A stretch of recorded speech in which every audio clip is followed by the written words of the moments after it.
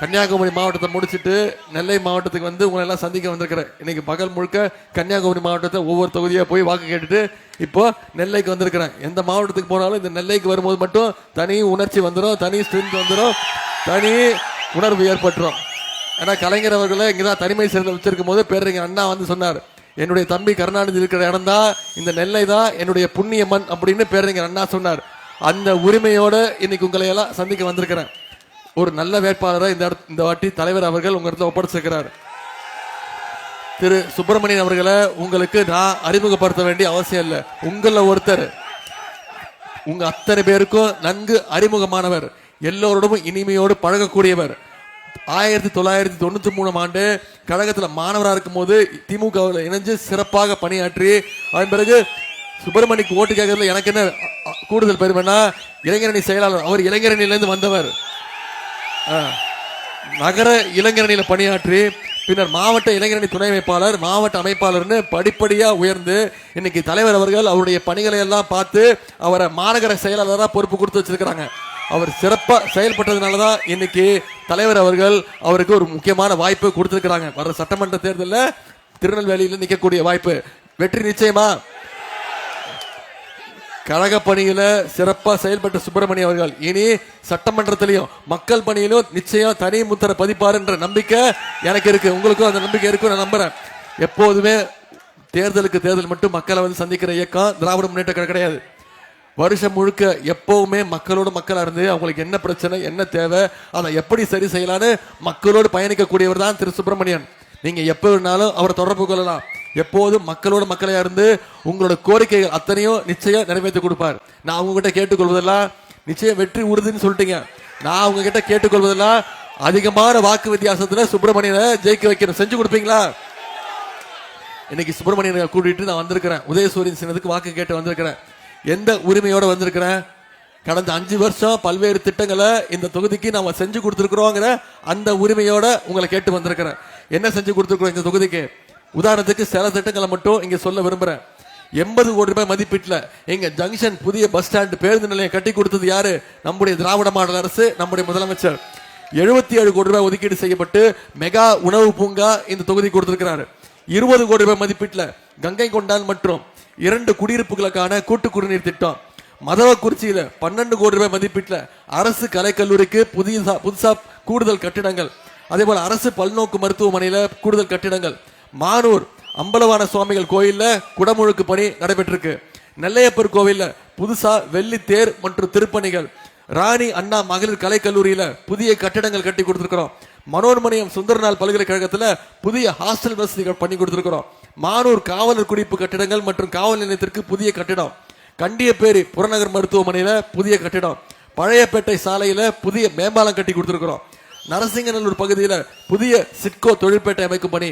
வஉசி அவருடைய 150வது பிறந்த நாளை முன்னிட்டு MDT இந்து கல்லூரியில நுழைவு வாயில் அமைக்கப்பட்டிருக்கு. இப்படி பல்வேறு திட்டங்களை செஞ்சு கொடுத்துட்டு அந்த உரிமையோட மீண்டும் ஒரு வாய்ப்பு கொடுங்க. திரு சுப்பிரமணியன் அவர்களுக்கு உதயசூரியன் சின்னத்தில் வாக்களிச்சு அவரை சட்டமன்றத்துக்கு அனுப்புன்னு அந்த உரிமையோடு உங்களை கேட்க வந்திருக்கிறேன். இந்த தொகுதிக்கு போட்டோ அதான் போட்டோ நீ வச்சிருக்கிய, அதான் அந்த போட்டோ தான், அந்த போட்டோ தான்.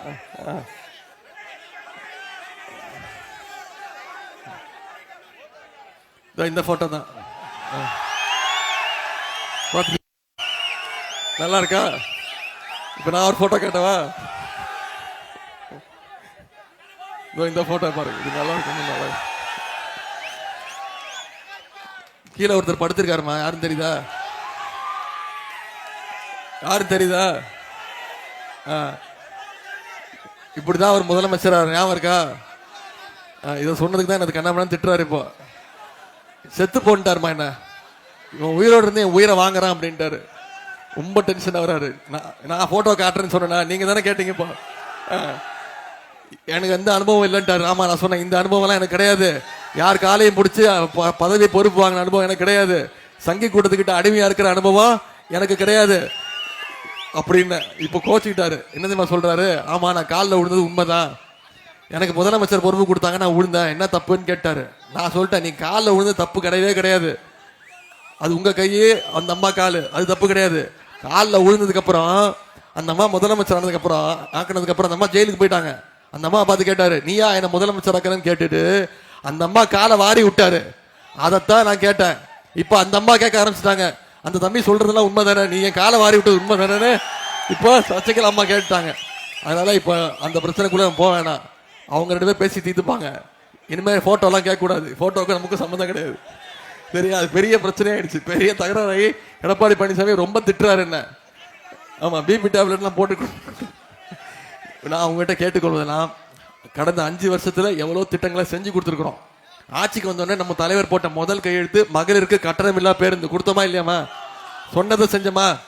ஒவ்வொரு மகளிரும் மாசம் 900 ரூபாய் வரைக்கும் சேமிச்சிருக்கிறாங்க. அரசு பள்ளியில முதலமைச்சர் காலை உணவு திட்டம் 5ஆம் வகுப்பு வரைக்கும் குழந்தைங்க காலைல வந்தாங்கன்னா படிக்கும் முன்னாடி பசியோட படிக்க கூடாது, நல்லா சாப்பிட்டு படிக்கணும்னு முதலமைச்சர் காலை உணவு திட்டம். கல்லூரிக்கு போய் படிக்கணும்னு கல்வி ஊக்கத்தொகை, அரசு பள்ளியில படிச்சு தனியார் கல்லூரிக்கு போய் படிச்சா கூட சரி, அவங்களுக்கு மாசம் 1000 ரூபாய் கல்வி ஊக்கத்தொகை நம்முடைய முதலமைச்சர் கொடுத்தாரு. இப்போ சமீபத்தில் 10 லட்சம் கல்லூரி மாணவ மாணவிகளுக்கு இலவச லேப்டாப் திட்டத்தை அறிவிச்சு ஒரே மாசத்துல கொடுத்து முடிச்சார் நம்முடைய முதலமைச்சர்கள். 10 லட்சம் கல்லூரி மாணவ மாணவிகளுக்கு கொடுத்தோம். இப்படி பல்வேறு திட்டங்களை செஞ்சு முடிச்சிருக்கிறோம். இப்போ உங்களுக்கு தெரியும் இன்னொரு திட்டம், கலைஞர் மகளிர் உரிமை தொகை திட்டம்.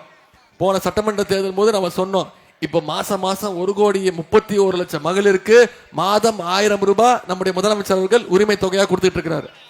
அதை தடுத்து நிப்பாட்டுறதுக்கு முயற்சி பண்ணாங்க. அதிமுகவும் பாஜகவும் சேர்ந்து உரிமை தொகையை நிப்பாட்டுவோம், தேர்தலை காரணம் காட்டி 3 மாசத்துக்கு நிப்பாட்டுறதுக்கு முயற்சி பண்ணாங்க. நம்முடைய முதலமைச்சர் என்ன பண்ணாரு, 1000 ரூபாய் கொடுக்கறது நிப்பாட்ட முயற்சி பண்றீங்களா, நான் 5000 ரூபாய் கொடுக்கறேன் பாரு அப்படின்னு சொல்லி கொடுத்தாரா இல்லையா? பிப்ரவரி மாசம், மார்ச் மாசம், ஏப்ரல் மாசம் 3 மாசத்துக்கு சேர்த்து 3000, கோடை கால சிறப்பு நிதி 2000, 5000 ரூபாய் நம்முடைய முதலமைச்சர் கொடுத்தாங்க. இப்ப வாக்குறுதி கொடுத்திருக்கிறார் முதலமைச்சர், மீண்டும் ஆட்சி அமைஞ்சோடனே மகளிர் உரிமை தொகை 1000 ரூபாய் கிடையாது, அதுல இருந்து உயர்த்தி 2000 ரூபாய் தருவேன்னு வாக்குறுதி கொடுத்திருக்கிறோம். கல்வி ஊக்கத்தொகை 1000 கிடையாது, 1500 ரூபாய் உயர்த்தி தரப்படும் சொல்லியிருக்கிறோம். காலை உணவு திட்டம் 5ஆம் வகுப்பு வரைக்கும் இல்ல, 8ஆம் வகுப்பு வரைக்கும் விரிவுபடுத்தப்படும் சொல்லிட்டோம். அடுத்த 5 வருஷத்துல 10 லட்சம் கலைஞர் கனவு இல்லம் கட்டப்பட்டு யாருக்கெல்லாம் வீடு இல்லையோ அவங்களுக்கு கொடுப்போம்னு சொல்லியிருக்கிறோம். அடுத்த 5 வருஷத்துல அனைத்து கல்லூரி மாணவ மாணவிகளுக்கும் 35 லட்சம் லேப்டாப்கள் இலவசமா கல்லூரி மாணவ மாணவிகளுக்கு கொடுப்போம்னு வாக்குறுதி கொடுத்திருக்கிறோம். எல்லாத்தோட முக்கியமான ஒரு வாக்குறுதி உங்களுக்கு எல்லாம் தெரியும், ஆட்சி அமைஞ்சோடனே நம்முடைய முதலமைச்சர் அனைத்து மகளிர் கைகள்லையும் 8000 ரூபாய் நம்முடைய முதலமைச்சர் அவர்கள் கொடுத்துருவாங்க. அதை வச்சு மகளிர் அவங்க வீட்டுக்கு என்ன பொருள் தேவையோ, மின்சாதன பொருட்கள் என்ன தேவையோ அதை அவங்களே முடிவு பண்ணி வாங்கிக்கலான்னு ஒரு திட்டத்தை அறிவிச்சிருக்கிறோம். இதெல்லாம் செயல்படுத்தணும்னா மீண்டும் நம்முடைய திராவிட மாடல் 2.0 ஆட்சி அமையணும். அதுக்கு வலு சேர்க்கிற வகையில இன்னைக்கு இந்த திருநெல்வேலி தொகுதியில திரு சுப்பிரமணியனுடைய வெற்றி உறுதி செய்யப்படும். கண்டிப்பா செஞ்சு கொடுப்பீங்களா? இவ்வளவு திட்டங்கள் சொன்னல, நம்முடைய ஆட்சியில என்னென்ன பண்ணிருக்கோம், 5 வருஷம் என்ன பண்ணோம், மீண்டும் ஆட்சிக்கு வந்தா என்னென்ன பண்ணுவோம் அப்படின்னு வாக்குறுதி கொடுத்திருக்கிறேன்.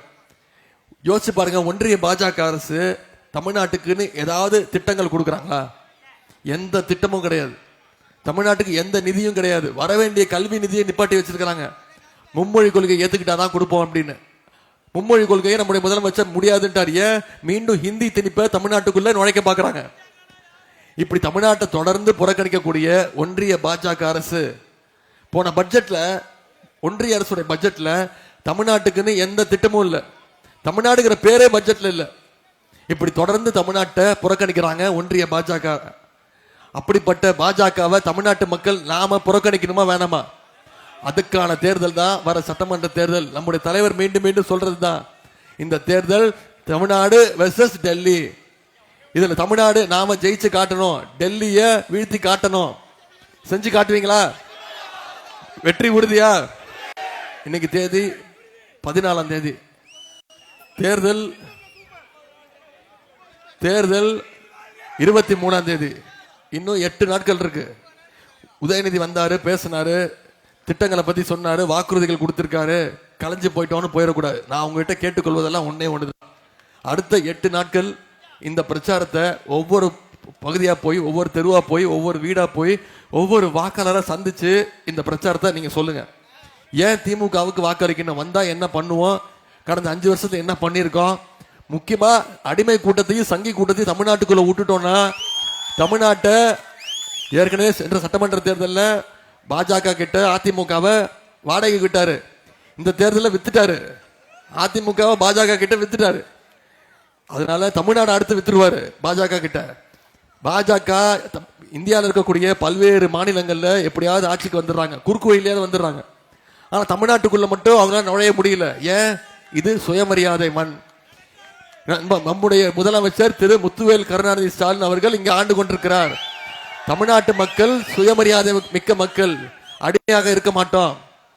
அதனாலதான் நம்முடைய தலைவர் சொல்றாரு, நம்முடைய தமிழ்நாடு என்னைக்குமே டெல்லிக்கு அவுட் ஆஃப் கண்ட்ரோலாகத்தான் இருப்போம். இந்த எடப்பாடி பழனிசாமிங்கிற ஒரு ரிமோட் கண்ட்ரோல் மூலமா தமிழ்நாடை அடிமையாக்கணும்னு நினைக்கிறாங்க.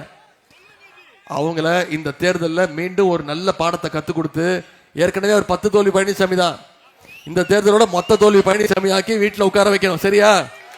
செஞ்சு காட்டுவீங்களாமா? உங்களை எல்லாம் அன்போடு கேட்கிறேன், பண்போடு கேட்கிறேன், பாசத்தோடு கேட்கிறேன், உரிமையோடு கேட்கிறேன், உங்க வீட்டு பிள்ளையாக இருந்து கேட்கிறேன். இன்னும் பெருமையா சொல்லணும்னா தலைவருடைய மகனாக இருந்து கேட்கிறேன். இன்னும் பெருமையா பூரிப்பா சொல்லணும்னா டாக்டர் கலைஞருடைய பேரனாக இருந்து கேட்கிறேன். உதயசூரிய சின்னத்துல வாக்களிச்சு மிகப்பெரிய வாக்கு வித்தியாசத்துல இது பேசுறியா பேசுறியா